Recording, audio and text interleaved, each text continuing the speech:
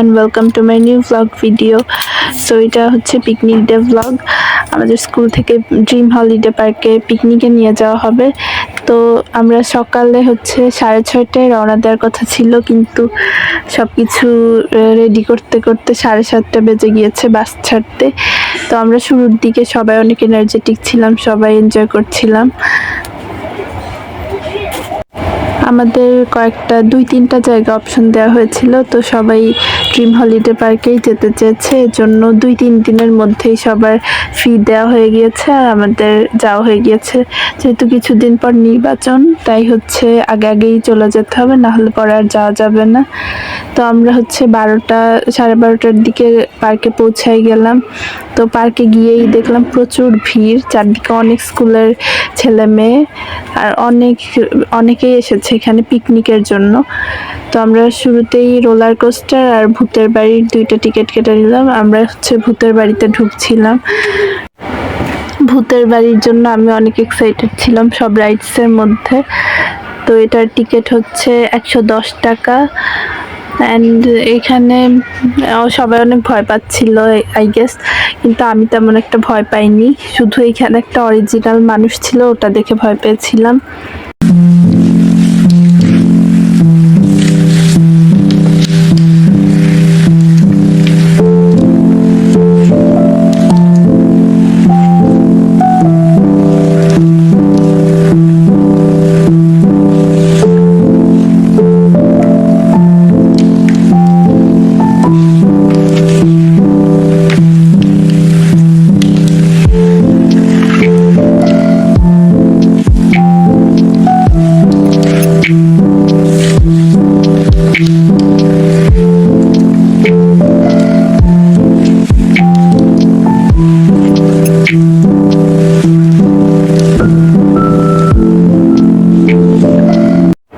তো এখানে হচ্ছে মিউজিকটা অনেক একটু ভয়ানক টাইপের, আর আশেপাশে ক্রিয়েট করার পরিবেশটা অনেক একটু ভয়ানক টাইপের। এই যে এখানে একটা আসল মানুষ দাঁড়ায় ছিল, তো এইটা দেখে আমরা সবাই ভয় পেয়েছিলাম। আর এই যে এইসব কঙ্কাল টঙ্কালও অনেক ভয়ঙ্কর লাগে। আমি ভেবেছিলাম এটা অনেক ভয়ানক হবে আর স্পেসটা অনেক বড় হবে, কিন্তু অত বড় স্পেস না, কিন্তু মোটামুটি ভালোই লেগেছে। আসলে আমি একটু ভয় কমই পাই সবে। তো এরপর এখান থেকে বের হয়ে গেলাম। আর রোলার কোস্টারে ওঠার ওই ক্লিপটা আমি নেই নাই। রোলার কোস্টারে অনেক মজা হয়েছিল। তো সবাই যে যার মতো গ্রুপে ভাগ হয়ে গিয়েছিল। তো আমাদের হলো বিকাল 5:30 পর্যন্ত টাইম দেওয়া হয়েছিল, এরপরে আমাদের আবার চলে যেতে হবে। তো এইটা হলো চাইল্ড জোন। এইখানে আমরা এমনি এসেছিলাম, আমাদের তো কোনোই ছিল না। তো এই রেস্টুরেন্টটাও অনেক সুন্দর ছিল। তো দুপুরের খাবার হচ্ছে আমরা খেয়েছিলাম পোলাও আর রোস্ট, এটাই খেয়েছিলাম। খাবারটাও ভালোই ছিল।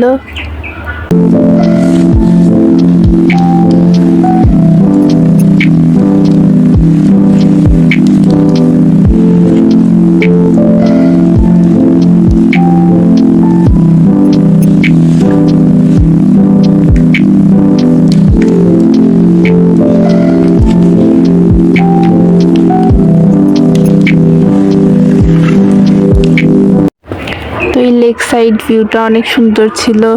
এখানে একটা সুন্দর একটা বাতাসও ছিল, খুব ভালো লাগছিল।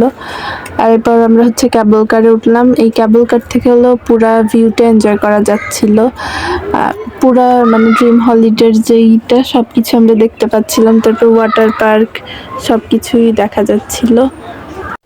কিন্তু ক্যাবল কারের জন্য টিকিট কাটতে আমাদের প্রায় 1 ঘন্টা দাঁড়ায় থাকতে হয়েছিল, এজন্য অনেক টাইম ওয়েস্ট হয়েছে। আমাদের উচিত ছিল আরও আগে থেকে টিকিট কাটা, বা যে সময় ভিড় কম ছিল ওই সময় যাওয়া। তো কিন্তু ক্যাবল কার থেকে আমরা ভালোই ভিউ এনজয় করতে পেরেছি। আমরা ওয়াটার পার্কেও যেতে চেয়েছিলাম, কিন্তু ওয়াটার পার্ক হচ্ছে 4টার দিকে বন্ধ করে দেয়। তো গিয়ে দেখি বন্ধ হয়ে গিয়েছে, তো তখন আর কিছু করার ছিল না। এছাড়া পুরা এরিয়াটাই আমরা ঘুরে দেখেছিলাম।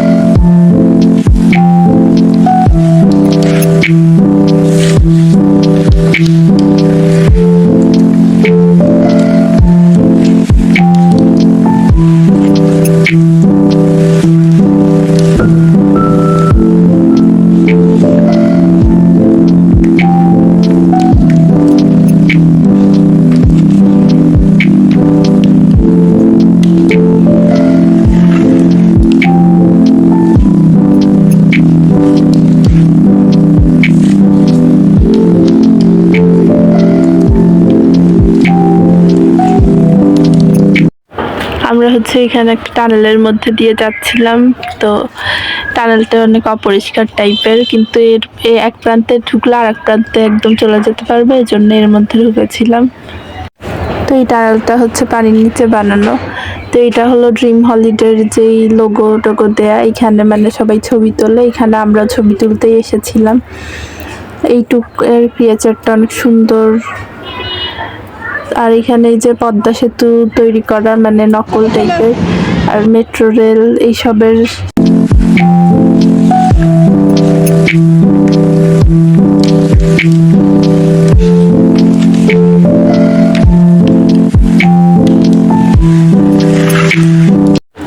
তো এই সময় হচ্ছে টাইম চলে যাচ্ছিল, মানে 5টার মতো বেজে গিয়েছিল। আমরা সবাই একসাথে আবার চলে এসেছিলাম ঘোরাঘুরি শেষে। তো এই টাইমটা এই দিক দিয়েই আমি ঘুরছিলাম, কারণ আবার বাস ছাড়ার সময় হয়ে গিয়েছিল। তো এখানে হচ্ছে অনেক মজা করেছিলাম আমরা সারা দিন। তো আমাদের আরও ঘুরতে মন চাচ্ছিল, কিন্তু কিছু করার ছিল না, টাইম খুবই অল্প। তো এই যে আমরা বের হয়ে যাচ্ছিলাম, এইখান থেকে আমরা বিদায় জানাই দিলাম ড্রিম হলিডে পার্কের।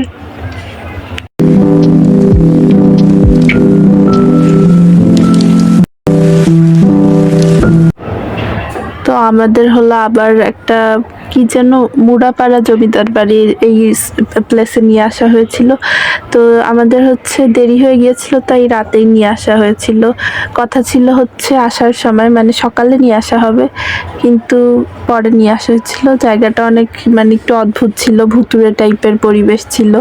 তো সবাই অনেক ভয় পেয়েছিল, কিন্তু অনেক অ্যাস্থেটিক ছিল জমিদার বাড়িটা। তো তারপর আমরা ফিরে আসছিলাম। তো আমাদের ফিরতে ফিরতে রাত 2-2:30 বেজে গিয়েছিল।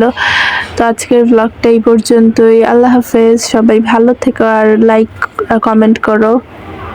টাটা।